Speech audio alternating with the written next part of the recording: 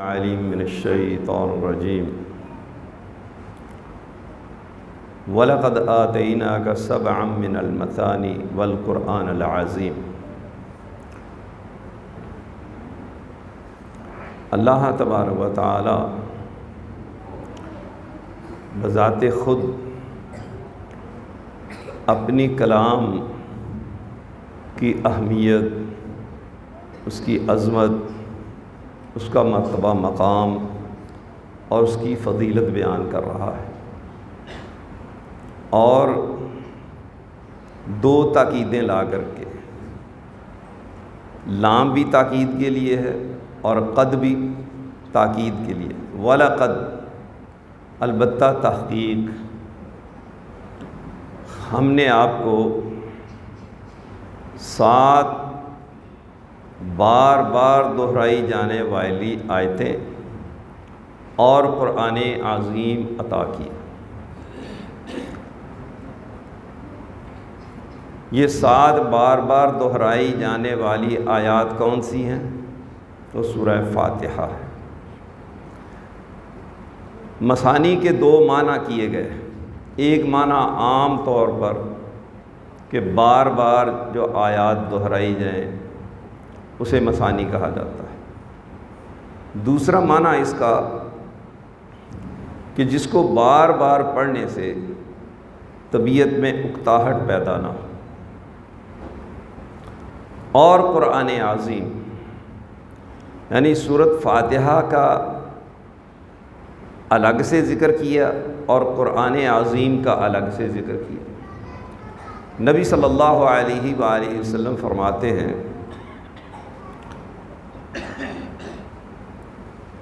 کہ سورۃ فاتحہ وہ عظیم سورت ہے جو نہ اس سے پہلی کتابوں میں تورات، زبور، انجیل اور نہ ہی قرآن مجید میں نازل ہوئی، یعنی اس جیسی کوئی دوسری سورت ان کتابوں میں نازل نہیں۔ یہ سب سے عظیم ترین سورت ہے، اور یہ قرآن مجید کا ہی اعجاز ہے، اس کی خصوصیت ہے کہ ہر وہ شخص جسے قرآن مجید کا معنی مفہوم معلوم نہیں ہے، وہ نہ یہ زبان سمجھتا ہے، نہ اسے معنی مفہوم معلوم ہے، لیکن وہ اسے پڑھتا ہے بار بار۔ اس کے پڑھنے سے طبیعت میں اکتاہٹ پیدا نہیں ہوتی۔ جتنا زیادہ کوئی اس کا اہتمام کرتا ہے، جس قدر زیادہ تلاوت کرتا ہے، اسی قدر اس کا لطف، اس کا سرور، اس کی لذت زیادہ محسوس ہوتی ہے، اور روز بروز بار بار پڑھنے سے تعلق پہلے سے زیادہ مضبوط تر ہوتا چلا جاتا ہے۔ یہ قرآن مجید اللہ کی کلام ہونے کی واضح اور بین دلیل ہے۔ دوسری بات، پوری دنیا کا جائزہ لے لیں،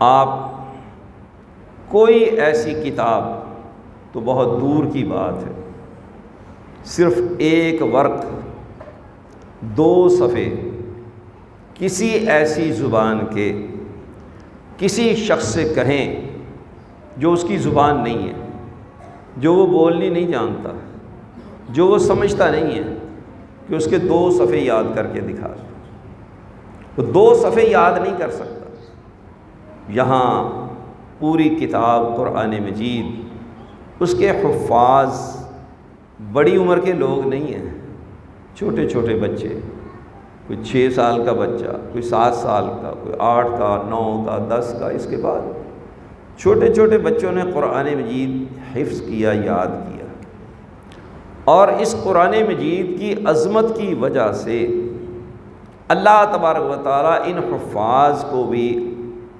عزت اور عظمت عطا کرتا ہے۔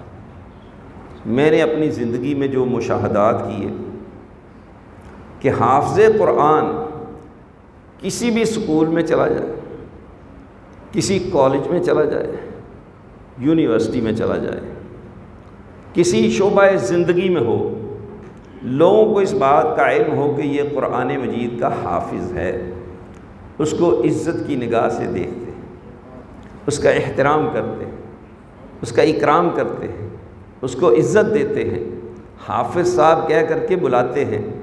تو لہذا یہ قرآن مجید اللہ کی کلام ہونے کی واضح اور بین دلیل ہماری زندگی میں ہمیں نظر آ رہی ہے کہ اللہ تبارک و تعالیٰ ان حفاظ کرام کی عزت لوگوں کے دلوں میں ڈالتا ہے۔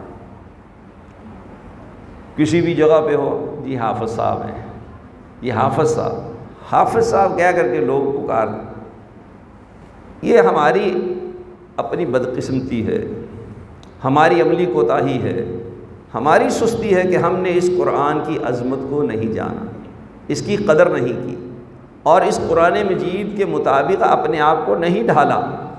آج بھی اگر کوئی شخص کتاب و سنت پر عمل کرنے والا، حافظ قرآن ہو، عالم دین ہو، وہ دنیا کے کسی بھی کونے کھدڑے میں چلا جائے، جہاں بھی جائے گا اس کی اللہ تبارک و تعالیٰ لوگوں کے دلوں میں عظمت پیدا کرتا ہے، عزت پیدا کرتا ہے، اور اس کو مرتبہ مقام عطا کرتا ہے۔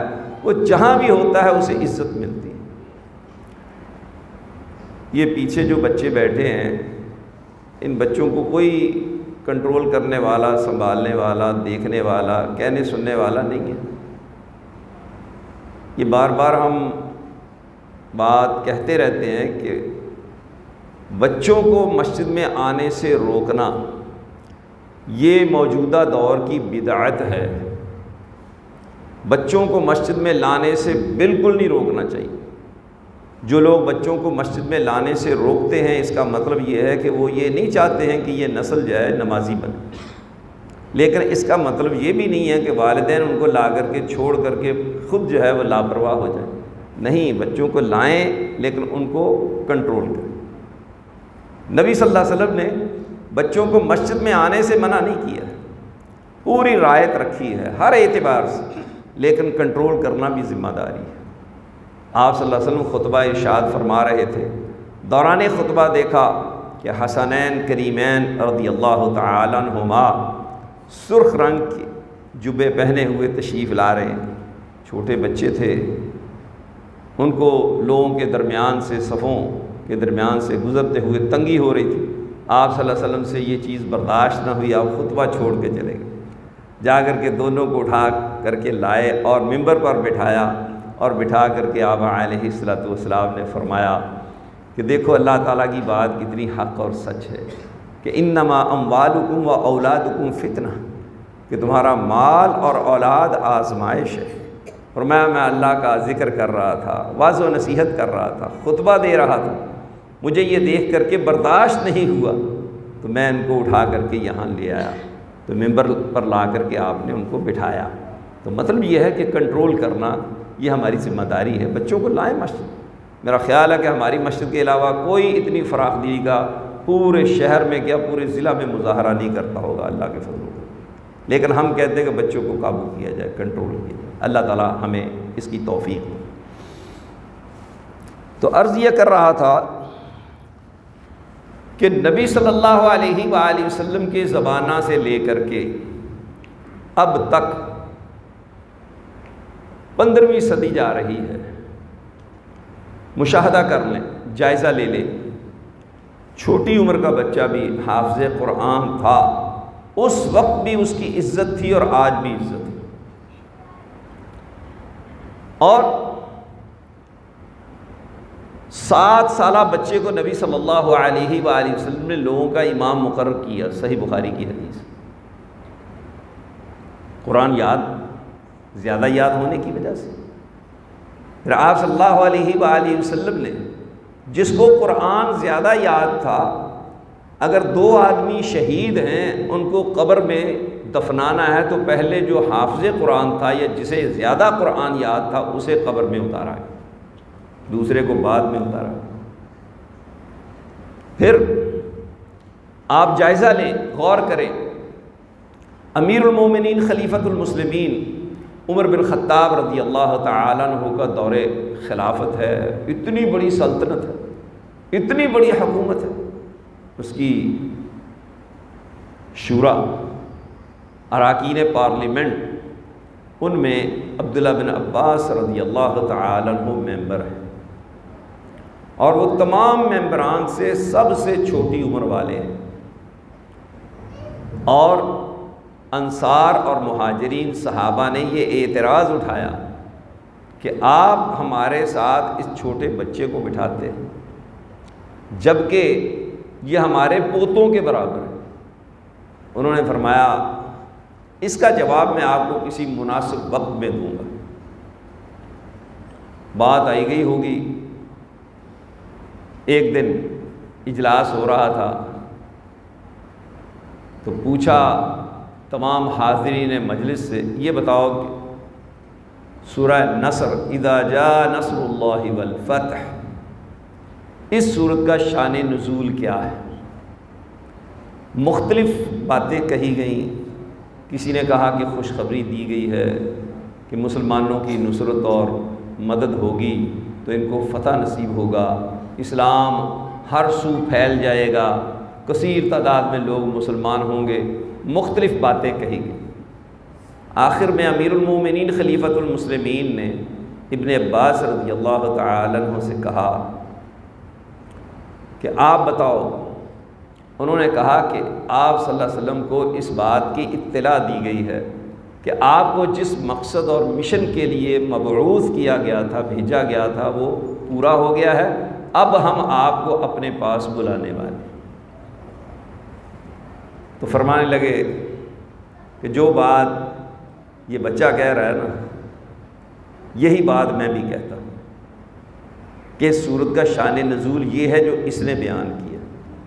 پھر فرمانے لگے اس وجہ سے میں نے اس کو اپنی قومی اسمبلی کا، پارلیمنٹ کا، شورا کا رکن مقرر کیا ہے کہ یہ تم سب سے زیادہ علم رکھنے والا ہے۔ اس وقت علم کی قدر ہوتی تھی، قد کاٹھ نہیں دیکھا جاتا تھا، عمر نہیں دیکھی جاتی تھی، حسد نسب نہیں دیکھا جاتا تھا، تو اس وقت ہم ساری دنیا پہ غالب تھے۔ آج ہم قرآن مجید سے غافل ہو گئے، جس کے نتائج ہم بھگت رہے۔ پھر آپ دیکھیں کہ اس وقت بھی قرآن کا علم ہونے کی وجہ سے یہ مرتبہ مقام دیا گیا ایک بچے کو۔ اور اسی طرح سے صحیح مسلم میں واقعہ موجود ہے کہ آپ ایک سفر پر گئے عمرہ کے لیے، تو راستے میں ایک مقام پر حدیبیہ پہ ٹھہرے، وہاں کے لوگوں سے پوچھا تمہارا امیر کہاں ہے؟ انہوں نے کہا کہ جی وہ عمرہ کرنے کے لیے گئے۔ کہا تو اپنے پیچھے کس کو امیر مقرر کیا؟ فرمانے لگے کہ عبد الرحمن بن ابزہ۔ پوچھا کہ یہ تو کوئی غلام خاندان سے تعلق رکھتا ہے، آزاد نہیں ہے، یہ کون ہے؟ انہوں نے کہا مولا من موالینا، ہمارے غلاموں میں سے یہ غلام ہے۔ تو فرمانے لگے کہ اس کو تم نے اپنا امیر کیوں مقرر کیا؟ تو انہوں نے کہا امیر مومنین خلیفۃ المسلمین یہ ہم میں سب سے زیادہ علم والا تھا۔ تو فرمانے لگے نبی صلی اللہ علیہ وسلم کا فرمان کس قدر حق اور سچ ہے کہ آپ نے فرمایا تھا کہ ان اللہ یرفع بہذا الکتاب اقواما ویضع بہ آخرین، اس کتاب کی وجہ سے بعض قوموں کو اللہ تبارک و تعالیٰ عزت، عروج، رفعت، ترقی عطا کرے گا، جو اس کو اپنائیں گی، اس کے مطابق زندگی گزاریں گی، اور بعض قومیں اس کو چھوڑنے کی وجہ سے ذلیل و رسوا ہو جائیں گی۔ آج مسلمانوں کی کثیر تعداد نے قرآن مجید کو پس پشت ڈالا، اس پہ عمل ہی نہیں کر رہے، نہ اخلاقیات ہیں، نہ عقائد ہیں، نہ حلال حرام کی تمیز ہے، کوئی معاملات بھی نہیں۔ تو میرے بھائی اور دوستو، ہمیشہ اس بات کی ہر معاشرے میں قدر و منزلت رہی ہے۔ میں نے دیکھا ہے باہر ممالک میں جا کر کے بھی، باہر رہ کر کے بھی میں نے جائزہ لیا ہے، جس کے پاس کتاب و سنت کا علم ہے، جو حافظ قرآن ہے، حامل قرآن ہے، عامل قرآن ہے، اس کو اللہ نے عزت دی ہے، لوگ عزت کرتے ہیں، احترام کرتے ہیں، عزت کی نگاہ سے دیکھتے ہیں، بڑی قدر کرتے ہیں، بڑا مرتبہ مقام دیتے ہیں. اور یہ چیز آپ نے کبھی نوٹ کی ہے؟ میں آپ کے نوٹس میں لانا چاہتا ہوں. آپ دیکھیں ایک آدمی دکان پہ سیل مین ہے، وہ سیل مین ہونے کی وجہ سے کتنی تنخواہ لیتا ہوگا؟ عمومی طور پر 20,000 25,000 30,000 لیتا ہوگا، لیکن اس کی ڈیوٹی کتنی ٹف ہے. اس کے برعکس جو بچے جا کر کے کام سیکھتے ہیں، ان بچوں کو جو کام سکھایا جاتا ہے، جو کچھ ان کے ساتھ معاملات ہوتے ہیں، وہ کتنی تکلیف دہ اور مشقت والے ہوتے ہیں. کوئی گاڑیوں کا کام سیکھ رہا ہے، دھوپ میں سڑ رہا ہے، مر رہا ہے. کوئی موٹر سائیکلوں کا کام سیکھ رہا ہے، کوئی اور کام سیکھ رہا ہے. لیکن آپ دیکھیں کہ صرف قرآن مجید حفظ کرنے والے، ان کے لیے ایئر کنڈیشنڈ کا انتظام ہے، ٹھنڈی جگہ کا ایئر کولر لگائے گئے ہیں. یہ سب کچھ ان کو مفت پرووائڈ کیا جاتا ہے، مفت مہیا کیا جاتا ہے.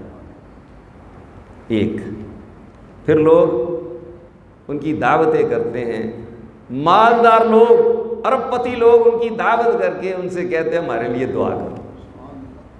میں نے اپنی زندگی میں جب سے اہل حدیث ہوا ہوں، اس دین کے ساتھ ریلیٹڈ ہوا ہوں، آج تک 40 سال سے زیادہ عرصہ گزر چکا ہے، میں نے کبھی نہیں دیکھا کہ ایک فیکٹری کا مالک 2 فیکٹری والے کے پاس گیا ہو، جی دعا کرو میرے لیے، میرے حالات درست ہو جائے، پریشانی دور ہو جائے.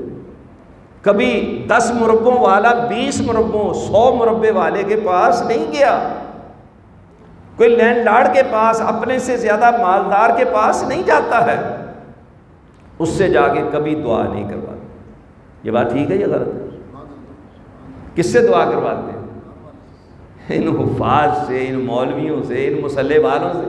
اور بدقسمتی یہ ہے کہ پھر ان کے خلاف زبان بھی گندی استعمال کرتے، پھر ان کو گھٹیا بھی سمجھتے. ایک طرف لوگوں کی حالت ظاہر یہ ہے کہ کہتے ہیں کہ جی مولوی کھاتے بہت ہیں، زیادہ کھا کے مرتے ہیں، اور جب ان سے کہا جائے جی اپنے بیٹے کو مولوی بنا دو تو کہتے کھائے گا کتوں. کیسی تضاد بیانی، کیسی گھٹیا سوچ اور فکر ہے، کیسی عجیب غلط بیانی ہے. جو کچھ اللہ تبارک و تعالیٰ ان کو عطا کرتا ہے وہ کسی اور کو عطا نہیں کرتا. میرے کلاس فیلو ہیں دوست، میں جب کویت میں تھا تو انہوں نے اپنے گاؤں میں میرا جمعہ رکھا. میں نے جمعہ پڑھایا، جمعہ سے فارغ ہوئے بیٹھے، مجھے کہنے لگے جی میں نانا بن گیا ہوں، بڑے فخر سے بتا رہے. میں نے کہا کون سا نیا کام کیا؟ جو ساری دنیا نانا بنے ہوئے ہیں، کوئی دادا بنے ہوئے، تو بھی بن گیا. میں نے کہا میں تیرے کلاس فیلو تھا نا اسکول کا، تو میں تیرے ساتھ ٹاٹوں پہ بیٹھ کر کے پڑھتا رہا. اللہ تبارک و تعالیٰ نے مجھ پر یہ احسان کیا، میں نے دین کی تعلیم حاصل کی. آج میں نے آپ کی مسجد پر ممبر پر کھڑے ہو کر کے آپ کو خطبہ دیا، میں نے آپ کو ڈانٹ پلائی، آپ کو جھاڑ پلائی، میں نے آپ کو جو کچھ بھی کہنا تھا سخت سست سب کچھ کہا. آپ نے نیچے بیٹھ کر کے سنا، برداشت کیا، آپ نے مانا کہ یہ ہماری غلطی ہے. یہ عالم کے علاوہ کوئی کام کر سکتا ہے؟ خطیب کے علاوہ کوئی کر سکتا ہے؟ کوئی بڑا لینڈ لارڈ ہو تو چھوٹے آدمی کو 10 مربوں والا 5 مربے والے کو کھڑا ہو کے ڈانٹ سکتا ہے؟ کہہ سکتا ہے؟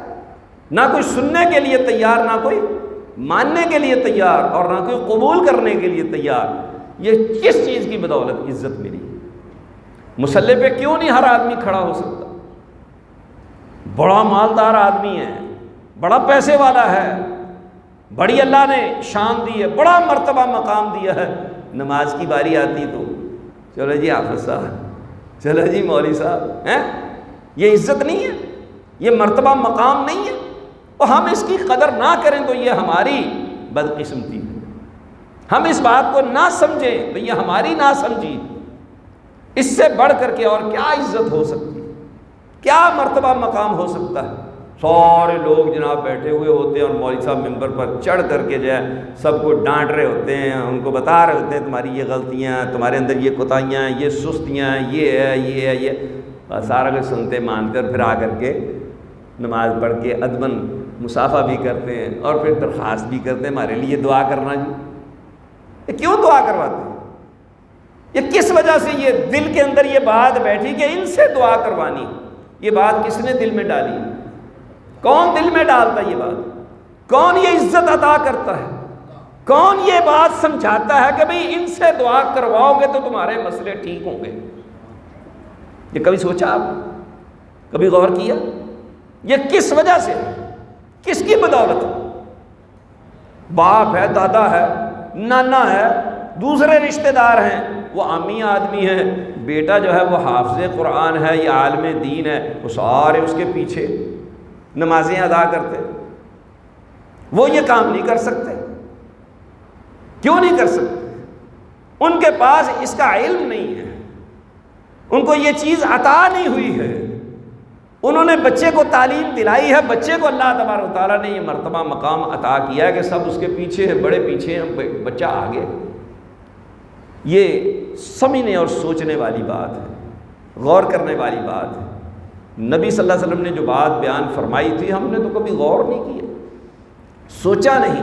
آپ صلی اللہ علیہ وسلم نے فرمایا تھا خیرکم من تعلم القرآن وعلمہ، تم میں سب سے بہترین وہ شخص ہے جو قرآن مجید سیکھے اور سکھائے. جو قرآن مجید سیکھتا اور سکھاتا ہے وہ تم میں سب سے زیادہ بہتر ہے. یہ کن کو کہا تھا آپ؟ کیوں جی کن کو کہا تھا آپ؟ اور صحابہ کرام کو کہا تھا. مخاطب کون تھے؟ صحابہ کرام مخاطب تھے کہ تم میں سب سے بہترین وہ شخص جو قرآن جی سیکھے اور سکھائے. جب صحابہ میں سب سے بہترین یہ شخص، اسی لیے امام عبداللہ بن مبارک رحمہ اللہ کہتے تھے کہ میرے نزدیک انبیاء کے بعد سب سے افضل ترین لوگ وہ علماء اور طلباء ہیں جو انبیاء کے وارث ہیں. اس لیے وہ اپنا تمام تر صدقہ و خیرات، مال زکوٰۃ، ہر چیز علماء اور طلباء پہ خرچ کرتے تھے. وہ سمجھتے تھے ان کا مرتبہ. آپ مجھے بتائیں کوئی دنیا کا انسان، کوئی دنیا کا بادشاہ، کوئی دنیا کا صدر جس کو پوری دنیا میں بڑی اہمیت حاصل ہے دنیاوی اعتبار سے، امریکہ کا صدر، اس کا آرڈر چلتا ہے نیو ورلڈ آرڈر، کیا اس کو یہ پروٹوکول حاصل ہے جو ایک دین کا ادنا طالب علم گھر سے نکل کر کے قرآن مجید کی تعلیم حاصل کرنے کے لیے جاتا ہے تو اللہ کے رسول نے خبر دی کہ فرشتے آ کر کے اس کے لیے اپنے پر بچھاتے. کوئی ہے دنیا کا شخص کسی کے لیے یہ پروٹوکول ہو؟ یہ میرے بھائیوں سمجھنے کی بات. کیا فرمایا آپ نے؟ خیرکم من تعلم القرآن وعلمہ، تم میں سب سے بہترین وہ شخص ہے جو قرآن جی سیکھتا اور سکھاتا ہے، جو سیکھے اور سکھائے. یہ قرآن مجید کے ساتھ میرے بھائیوں جب تک ہمارا تعلق مضبوط نہیں ہوگا اور ہم اپنے رویوں کو، اپنی روش کو جب تک تبدیل کر کے قرآن مجید کے اپنے آپ کو تابع نہیں بنائیں گے اس وقت تک معاملات درست نہیں ہوں گے. اللہ نے کہا واتبعوہ، اس کی پیروی کرو، اس کی تابع داری کرو. دوسرے مقام پر فرمایا اتبعوا ما انزل الیکم من ربکم ولا تتبعوا من دونہ اولیاء قلیلا ما تذکرون. تو اس قرآن مجید کو نازل کیا، حدیث کو اتارا، اس کی اتباع کی جائے، اس کی پیروی کی جائے، اس کے علاوہ باقی ساری چیزوں کو چھوڑ دیا جائے، ترک کر دیا جائے. تو میرے بھائیوں اسی میں کامیابی ہے. وقت چونکہ میں شاید زیادہ لے چکا ہوں، میرے بعد آنے والے مہمان تشریف لا چکے ہیں، تو اسی پہ میں اکتفا کرتا ہوں. خدا را اپنی اولادوں کو دین کے طالب علم بناؤ، حافظ قرآن بناؤ، عالم بناؤ. اگر چاہتے ہو کہ دنیا سنور جائے اس لائن میں لگا دو بچوں. چاہتے ہو کہ آخرت سنور جائے اس لائن پہ لگا دو. چاہتے ہو کہ قبریں روشن ہو جائیں اس کام پر لگا دو. چاہتے ہو کہ مرنے کے بعد تمہارے درجات بلند ہوتے رہیں تو اولاد کو حافظ قرآن بناؤ، قاری قرآن بناؤ، عالم دین بناؤ. اس میں میرے بھائی اور دوستو بڑی اللہ عزت دیتا ہے، بڑی عزت دیتا ہے. میرے خاندان میں کوئی مولوی نہیں تھا، میں اپنے خاندان میں پہلا شخص ہوں جو مولوی بنا. جو عزت مرتبہ مقام اللہ تبارک و تعالیٰ نے مجھے عطا کیا ہے، میرے پورے خاندان کے لوگوں کو یہ مرتبہ مقام حاصل نہیں. مجھے لوگ صرف پاکستان میں نہیں جانتے، بیرون ممالک میں جانتے۔ پاکستان میں میری اتنی شہرت نہیں ہے جتنی بیرون ممالک میں شہرت ہے۔ یہ کس چیز کی بدولت ہے؟ کس نے یہ مرتبہ مقام عطا کیا؟ کس وجہ سے حاصل ہوا؟ دین کی وجہ سے۔ تو میرے بھائی اور دوستو، کبھی آپ نے یہ دیکھنا ہو منظر، باہر جا کے دیکھے۔ میں صرف ایک بات بیان کر کے بات کو سمیٹتا ہوں۔ دکتور یوسف الدخیل، انہوں نے ایک کتاب ہے بڑی اہم ترین اسماء الرجال کی، کتاب الکناء والاسماء، امام ابو احمد حاکم کبیر کی۔ اس کی 4 جلدوں پر انہوں نے تحقیق کی، اور وہ مدینہ یونیورسٹی کے استاد ہیں۔ ہم حج پر گئے ہوئے تھے، تو میرا ایک شاگرد کویتی، وہ مدینہ یونیورسٹی میں پڑھتا تھا، اس نے دکتور یوسف الدخیل کے ساتھ مسجد نبوی کے اندر میری ملاقات کرائی اور بتایا کہ یہ شیخ بدی کے شاگرد ہیں۔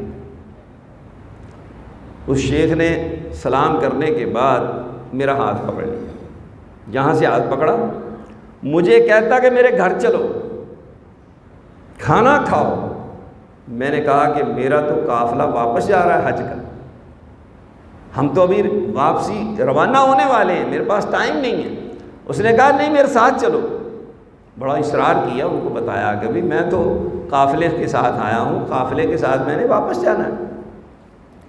وہ مجھے کہنے لگے کہ مسجد نبوی میں آپ کھڑے ہیں، آپ مجھے وعدہ دیں، میرے ساتھ وعدہ کریں، آپ جب بھی مدینہ آئیں گے میرے ساتھ ملاقات کریں گے، مجھے وقت دیں گے، میرے گھر چلیں گے، میرے ساتھ کھانا کھائیں۔ یہ کس وجہ سے؟ یہ دین کی بدولت۔ تو میرے بھائی اور دوستو، اگر ہم اس دین کی قدر کریں گے تو اللہ تبارک و تعالیٰ ہماری قدر خود تو کرے گا ہی، لوگوں سے بھی یہ قدر کروائے گا، لوگوں سے بھی عزت کروائے گا۔ اس بات کو سمجھ لیں، جان لیں۔ اللہ تبارک و تعالیٰ سے دعا ہے کہ اللہ تبارک و تعالیٰ مجھے اور آپ کو اپنے دین کے لیے محنت کوشش کرنے کی توفیق دے، اپنی اولادوں کو حافظ قرآن، قاری قرآن، عالم دین بنانے کی توفیق عطا فرمائے۔ وآخر دعوانا ان الحمدللہ۔